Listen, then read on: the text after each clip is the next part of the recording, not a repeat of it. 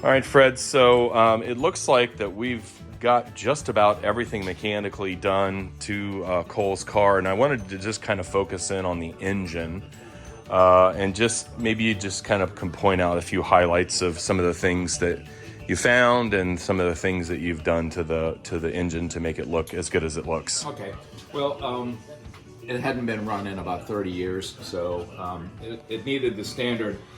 I mean, I just went through it. There's a new water pump on it. Obviously, the radiator's been redone. All new hoses, you know, typical stuff like that. I'm not running a thermostat in here. I'm just running a blank plate. That's what I'm doing with a hole in it. Right. I know we bought one of your good use starter that you had. A good use starter. There's a good use starter in there because the old one was no good. And then, of course, ignition tune-up business that you can see the coil. And I think the alternator we got from you as well, because the alternator that was on here was not correct. Right, it's a good used alternator, checked out okay. Oil pressure switch is brand new because I bought 2 of them. Yes, it is. Coil's new. Got a brand new Lucas coil. What about the spark plug wires and the? They're new, and there's a set of Champion RN12YCs. That's what I have in my TR6. And we have a regular ignition right now. We have points and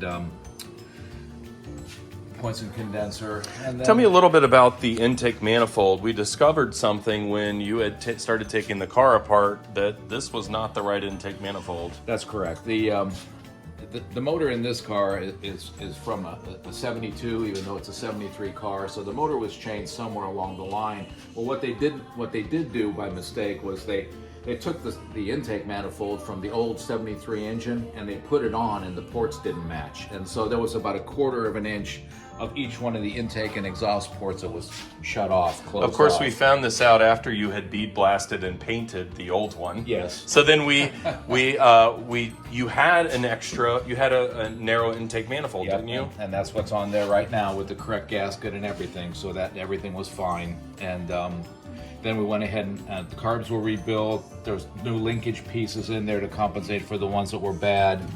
There's a brand new throttle bushing kit in there from Art Lip that works out real well. And of course, all our hoses and batteries connections. And we did decide to, even though it's not part of the engine, but it kind of is, the heater box. You did rebuild the heater box and get that working.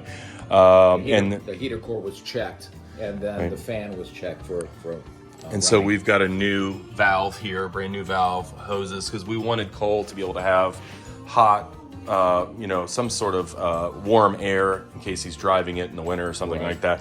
Even though in Florida we think the winter is more like spring for most people, but well, Fred, it just turned out amazing. And I think the last 2 things we dealt with was this pesky radiator and overflow bottle. We went through a couple of radiators, but finally got it dialed in. I think you said yesterday when it was on the lift, that was the first thing you checked. Yeah, it sat on the lift and it idled for about 15 minutes, and it didn't spit, so it was good. We're good. And then a little bit of jewelry here after you and Jody had painstakingly polished the carburetors. The last little piece were these 3-inch, 3.5-inch Canon open air filters.